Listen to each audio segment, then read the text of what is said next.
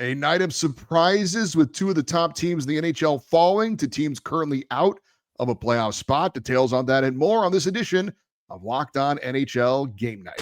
When that final horn sounds, you know it's time for Locked On NHL Game Night. All the post-game reactions to every game across the league, every single night, with insights only the hosts at Locked On can provide.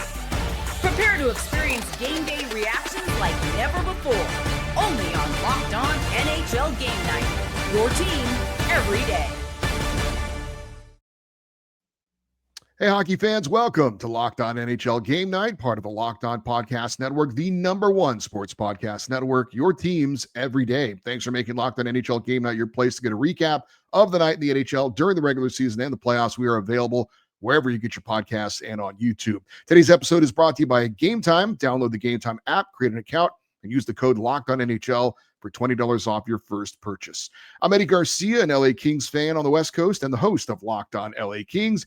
He's Shukri Wrights, a Boston Bruins fan on the East Coast, radio host and producer at 97.5 The Fanatic in Philadelphia. Together, we're here to get you caught up on all the goal saves, big moments, and storylines from the night in the NHL with an assist from our Locked On local experts. Shu, only 5 games in the NHL, but some very interesting games to talk about. Oh, certainly. Sometimes it's not about the quantity, but rather the quality. And tonight did not lack in quality of games at all because my man, there were some ones that definitely raised some eyebrows like, oh, okay. I didn't see that coming. So let's dive right into it. We'll start with one of those games where the Tampa Bay Lightning were in St. Louis to take on the Blues. Looked like a mismatch on paper, especially considering the Lightning were riding an 11-game winning streak. Mm-hmm. Well, the streak would end in St. Louis as the Blues get a 3-2 shootout victory. St. Louis got off to a good start. They had a 2-0 lead after the first, thanks to goals from Jake Neighbors, his 12th, and Nick Bukestad, his 6th. Tampa Bay would respond with 2 goals in the second period to tie it up. Nikita Kucherov, his 24th on the power play, and Oliver Bjorkstrand, his 7th with the man advantage. No scoring in the third or overtime, and then Jordan Kyrou scores the only shootout goal, and the Blues get the victory. Andrei Vasilevsky allowed 2 goals on 21 shots in net for Tampa Bay. Joe Hofer allowed 2 goals on 36 shots, but stopped all 3 shooters he saw in the shootout: Gage Gonsalves, Jake Gensel, and Nikita Kucherov, and that was the difference. Tampa Bay suffers its first loss since December the 18th. I don't know about you, Shu. I did not see the Lightning's 11-game winning streak coming to an end in St. Louis, but credit the Blues. They played obviously a good game, got the goaltending, and are able to break that streak and kind of keep their slim wild card hopes alive a little bit. You know what's like the beauty of the National Hockey League is that on any given night, your team could get gotten. Now, if you told me at 8 o'clock Eastern that the Lightning's 11-game winning streak will come to an end against the St. Louis Blues, I wouldn't have believed you. And I agree, this was a mismatch on paper, but that's why you don't play the games on paper. You play it on the ice. And in this one, it's not necessarily how you start, it's rather how you finish.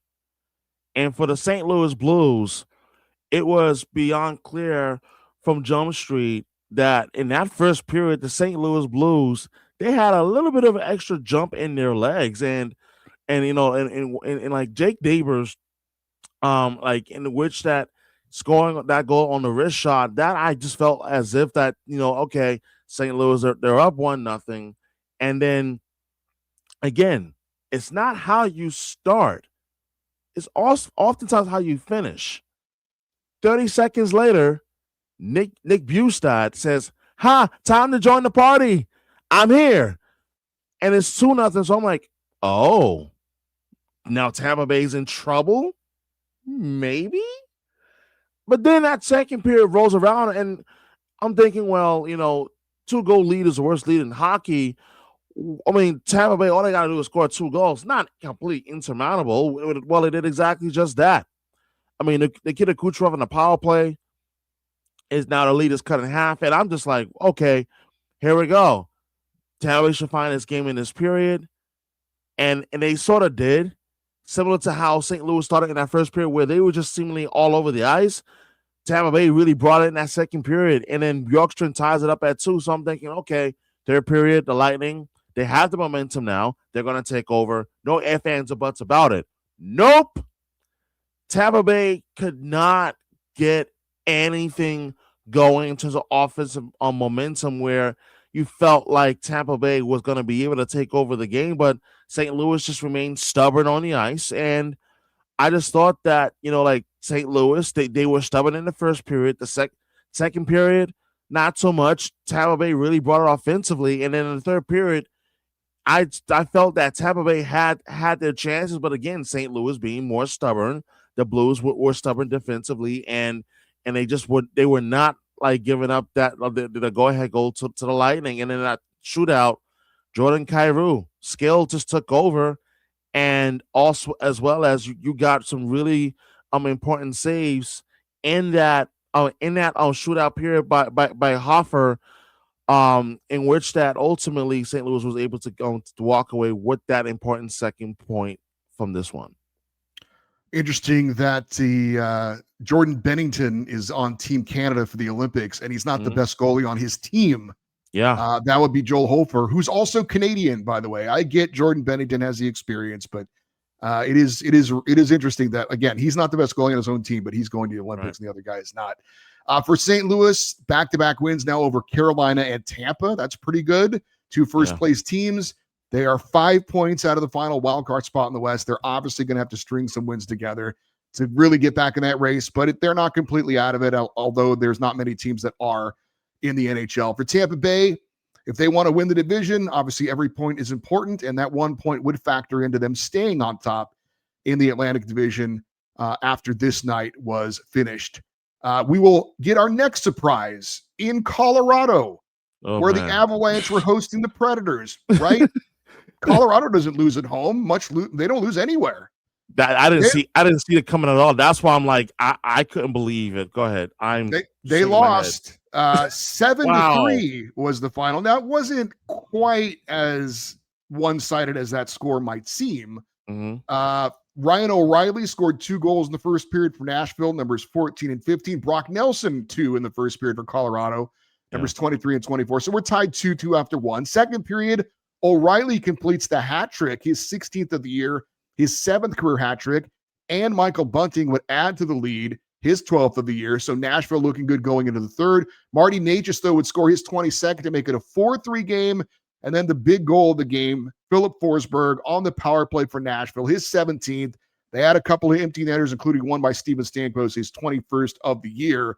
So they did pull away late. It wasn't quite a 7-3, dominant victory, but a great game, obviously, for Ryan O'Reilly and for the Colorado Avalanche, just their 5th regulation loss all year.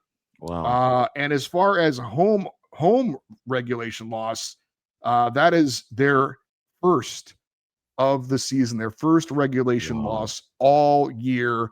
Would not have picked the Nashville Predators to be the one to do it, but they're hanging around as far as the wild card race. Nashville, they've won 3 in a row, and they're just 1 point out of that wild card spot in the West. So huge game for Nashville, obviously in the race to try and get into the postseason, but has to be a huge confidence builder for them to think we can beat anyone in the league if we can go into Colorado and beat the Avalanche. Massive. And I'm still shaking my head as to how. But it goes back to my earlier point in which that I said the beautiful aspect about the National Hockey League is that on any given night, your team can gotten. And the Colorado Avalanche tonight, I mean, it was, I don't think it was a terrible game. It wasn't like the blowout the way that it appears on like the obviously the scoreboard, but that's why I feel like in a way it's kind of misleading in terms of how it looked on the scoreboard versus how the game actually looked. But as far as Nashville is concerned, this is what I thought that was really telling for me. Number one, Ryan O'Reilly.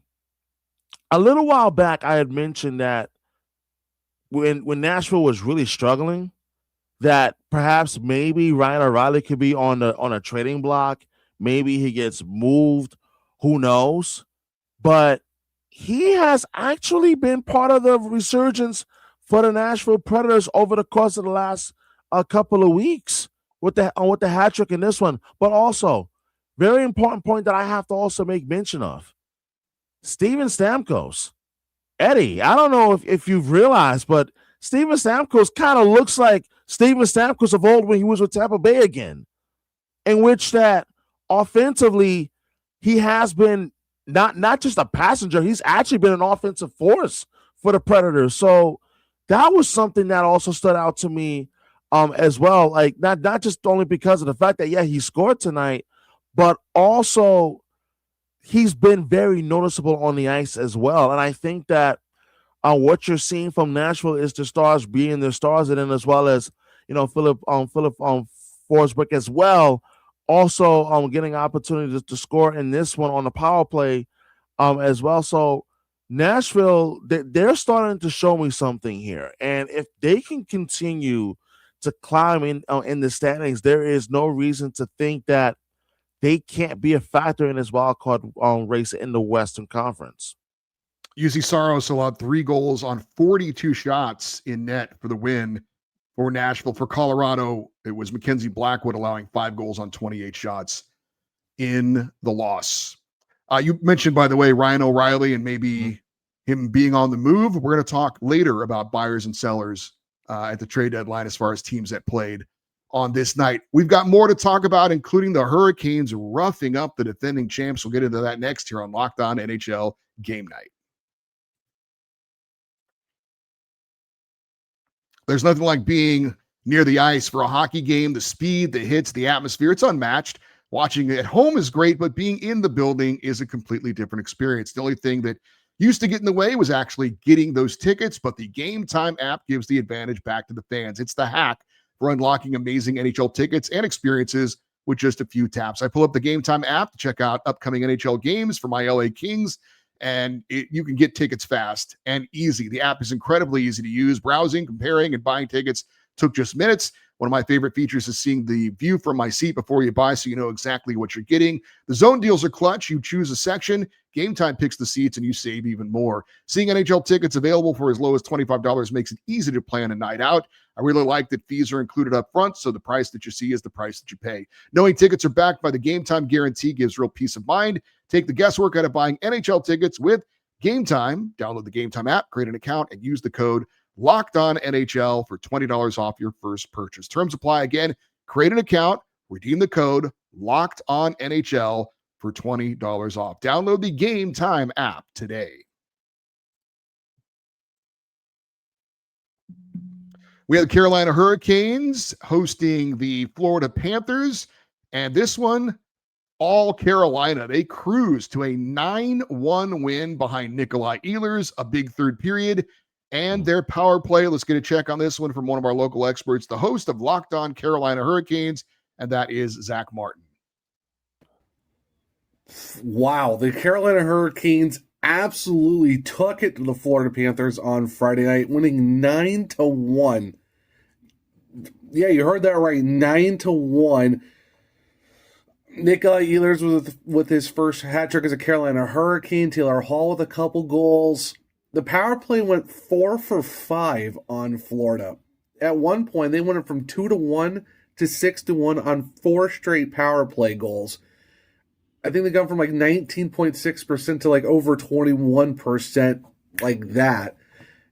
And their penalty kill, how about 5 for 5 against the Panthers? Just an absolute rout. Touchdown, 2-point conversion. You basically got a touchdown and a safety at this point. I mean, just an absolute slaying the demons. I mean, exercising the demons, slaying the dragon, whatever you want to name it. The Hurricanes absolutely took it to Florida. Brandon Bussey gets his 17th win of the season in 21 starts. The kid is on absolute fire. And I mean, hey, you blew 2 games back in December against these guys. You need to get some redemption. And man, what a way to get that redemption with an absolute rout of the Florida Panthers. What a way to kick off a back-to-back for the Carolina Hurricanes, winning 9-1 with all 12 forwards getting a point in this game. Thanks to Zach Martin for that. It's a productive night for Carolina for sure. in just about every way. They scored 6 goals in the third period. And this was kind of reminiscent of that game recently between the Islanders and Devils, where New York really piled it on, and they weren't letting up at the end. Carolina scored 2 goals in under 2 minutes late in the third period in this one. They were not letting up at all, nor should they against the team that's really kicked them around recently a lot. He mentioned Nikolai Ehlers in the hat trick, goals 12, 13, and 14. And Brandon Bussey only had to make 16 saves in this one, so not a lot of shots on goal from the Florida Panthers. The same was not the case for Sergei Bobrovsky in net for Florida. He faced 35 shots, allowed 9 goals, and for the future Hall of Famer, that is the most goals he has ever allowed in a game in his NHL career. Obviously, a very impressive performance for the first place Carolina Hurricanes. Extremely. And the thing that I still kind of speechless about is this isn't just a win. This is frustration over the last 3 years in which that the Florida Panthers have owned the Hurricanes in the postseason primarily. But in this one, this was tonight, we are going to deliver, as what the young kids like to say today, a belts to butt whipping. It's a different word to use, but we're going to keep it clean for the sake of this pod and as well as for the company that we are BTA, right? Exactly. BTA. You know exactly what I'm talking about, Eddie. You see, you're still cool with the kids. You're still cool with the kids, of course. But I mean, not maybe. I mean, give yourself a little credit. But I'll give the Carolina Hurricanes credit.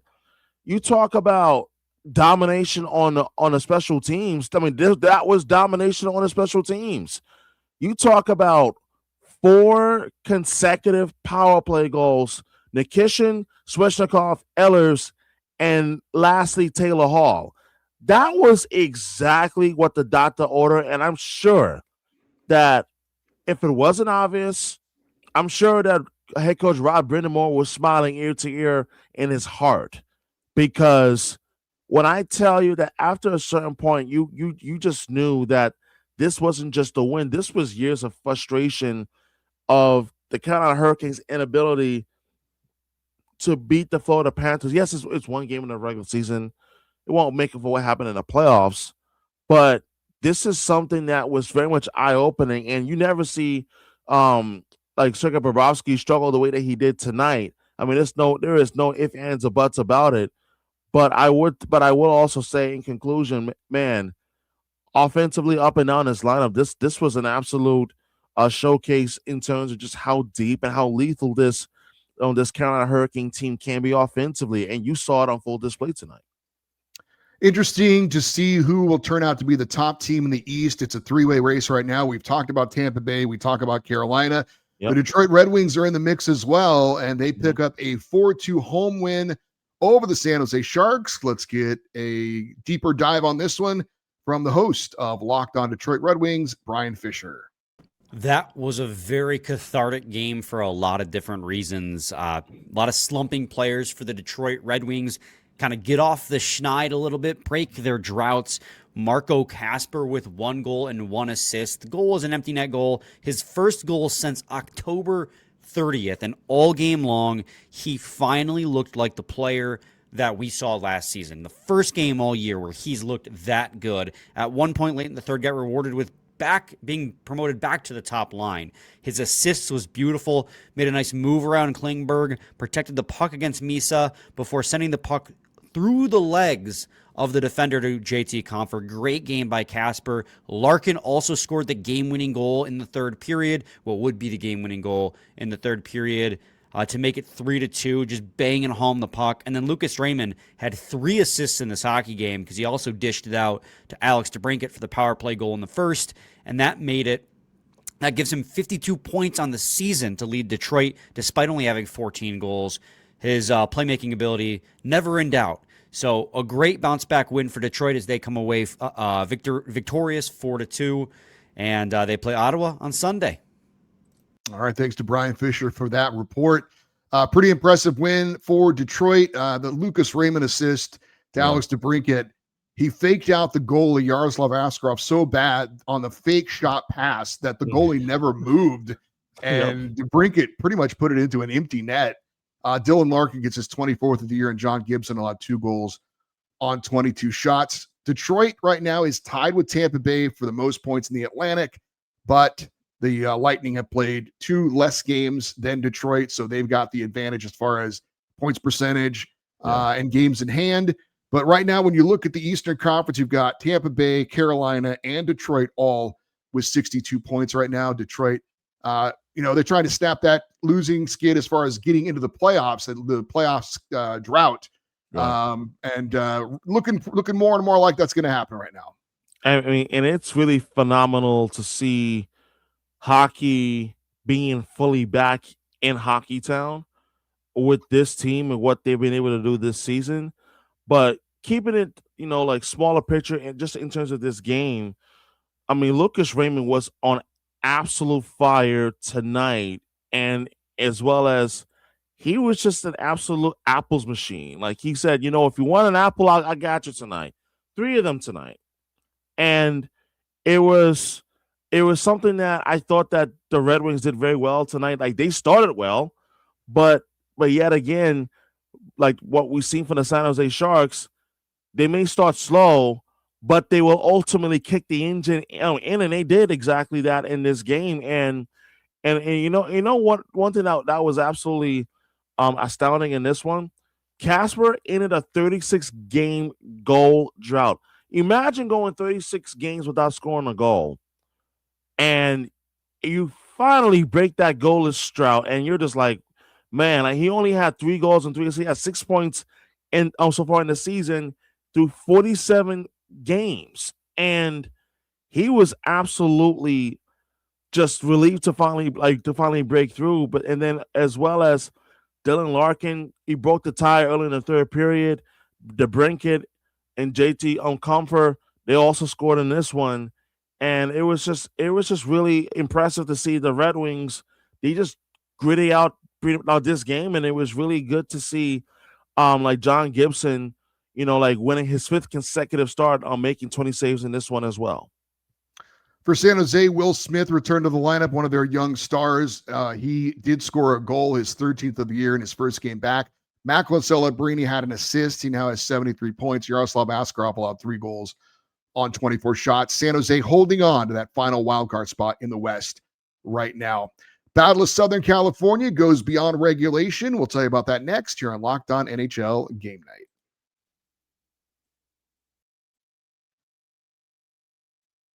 NFL playoffs are here, and FanDuel is officially in playoff mode. Every game day during the NFL playoffs, FanDuel is giving customers even more ways to get in on the action, because right now, every NFL playoff game day, FanDuel users get a profit boost pack waiting for them inside the app. Each game day, you'll see the pack loaded with multiple profit boosts you can apply to bets that you like the most. Open the profit boost pack first thing on game day and see what boost you'd like to apply. The boost lets you lean into your game day instincts, whether you're backing momentum, defense, quarterback, player, coaching.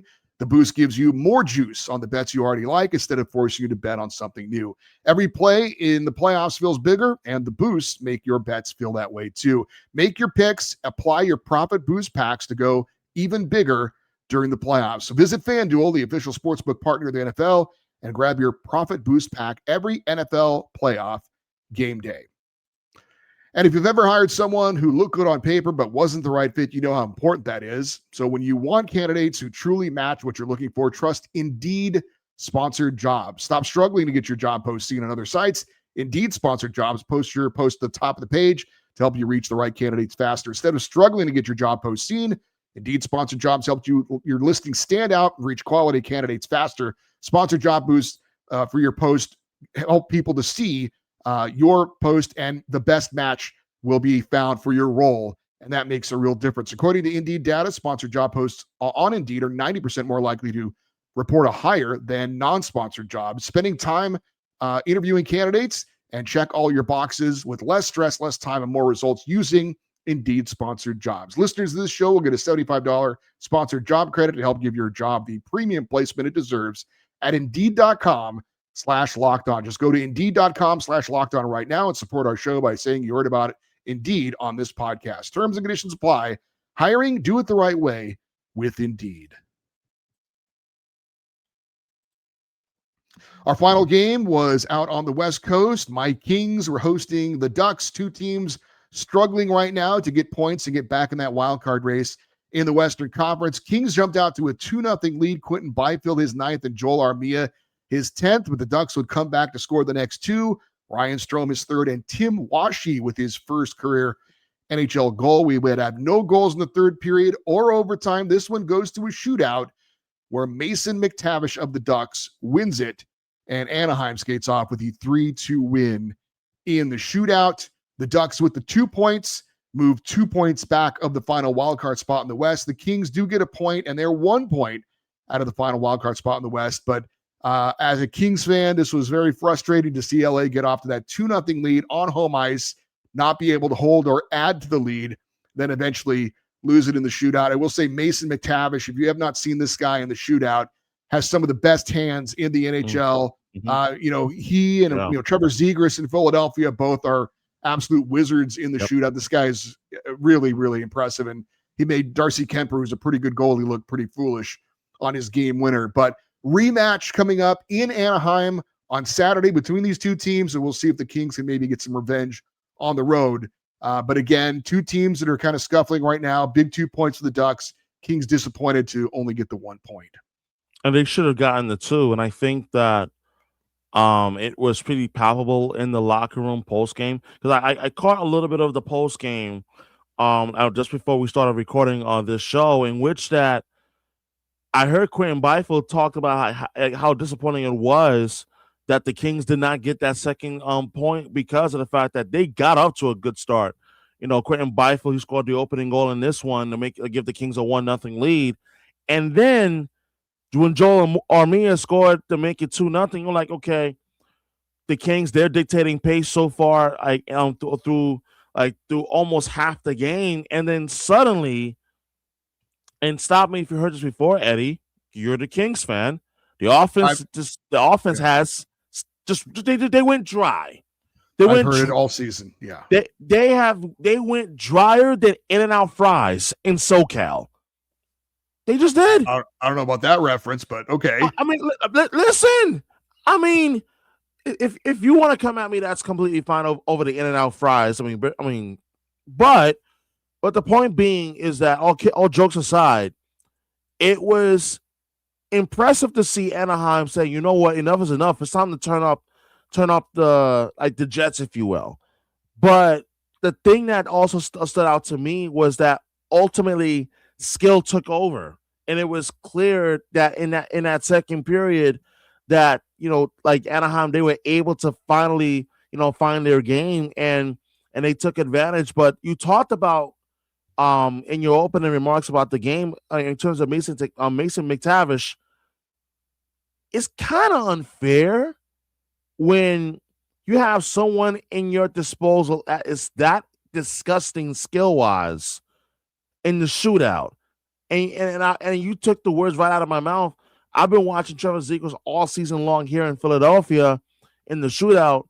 I think those two are the best shootout goal scorers in the league right now. At least two of the very best, in my opinion. And McTavish, scores in the shootout on the backhand to give the Ducks a 3-2 lead. But yeah, it was frustrating for the Kings not to get that second point in a game which they could have and should have.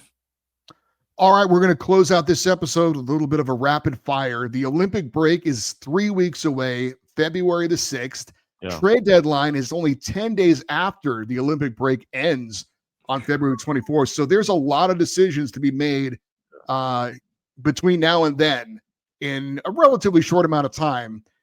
I would say teams have 15, 16 games in which to determine if we're going to buy or sell, but we're going to do it right now. With all the games that were in action today, the answer is buyer, seller, or stand pat. We'll start with the Anaheim Ducks, and I mentioned they are 2 points out of a wild card spot, 7 straight seasons of no playoffs for the Ducks. What do you think, Shu? Buyer, seller, or stand pat for the Ducks? I think you stand pat if you're the Ducks, honestly. Yeah, I agree. I think their future is bright. They're ahead of schedule. Yeah. There's no need to add or detract from your team. Exactly. Carolina Hurricanes. Carolina Hurricanes are first in the Metropolitan Division right now. That one was tough when I was thinking about, but I'm going to go with the I think this is another team that stands pat. Like they're set up pretty well for right now, and as well as going into the future. I'm going to say buyer for Carolina. I still think, they could use an extra player or two, and they are a team looking to get over the hump, right? They go to the Eastern Conference Finals and lose. They need to get over the hump. So I'm going to say they're going to buy. I think they're going to add. Colorado Avalanche, obviously the top team in the NHL despite their upset loss. I could see them being buyers, but personally, deep down inside, I feel like they're going to stand pat.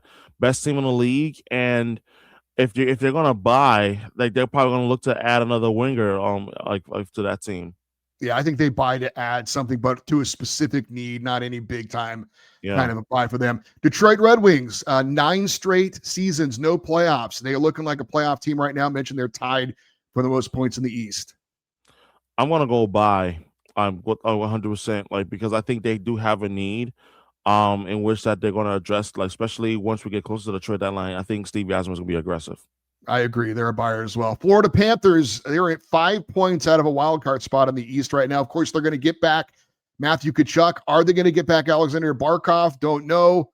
What do you think about Florida? That was the toughest. I really want to say buy, but I just don't think they're going to be heavily involved with the trade deadline, only because you're getting back Matthew Tkachuk. I don't expect to see Alexander Barkov to come back at all this season. Maybe in the Stanley Cup playoffs, just maybe, depending, like, if they make it, but as well as how far of a run they make it in the playoffs as well. So I think, man, that's going to be tough. I think buyers, but I won't be surprised if they don't do anything. Yeah, I think they want to buy. I don't know if the salary cap situation is going to be able for them to be able to make a move that they would like, but you never know. Florida's pretty aggressive, and they're looking for that three-peat, obviously, and get a shot at it. My LA Kings, 1 point out of a final wild card spot in the West. Buyers. Yeah, there's no question. They're looking for offense, and they're going to definitely be buyers. Nashville Predators, 1 point out of a wild card spot in the West. That one was tricky. Keyword tricky, because it was not that long ago in which that they were far out of the wild card race, but now they're very much in it. So I'm going to go buyers. I don't see them selling off pieces unless they fall out again out of the playoff picture. So for right now, I think they're buyers. I think they're the toughest one on this list to call. Yeah, same. I think they're going to be sellers, though. We'll see. San Jose Sharks holding on to the final wildcard spot in the West. I want to go stand pat. Agreed. I think they're just like the Ducks, way ahead of schedule. Yeah. Got a lot of young talent. They don't need to add. I think they stand pat. St. Louis Blues, 5 points out of a wildcard spot in the West. Buyers.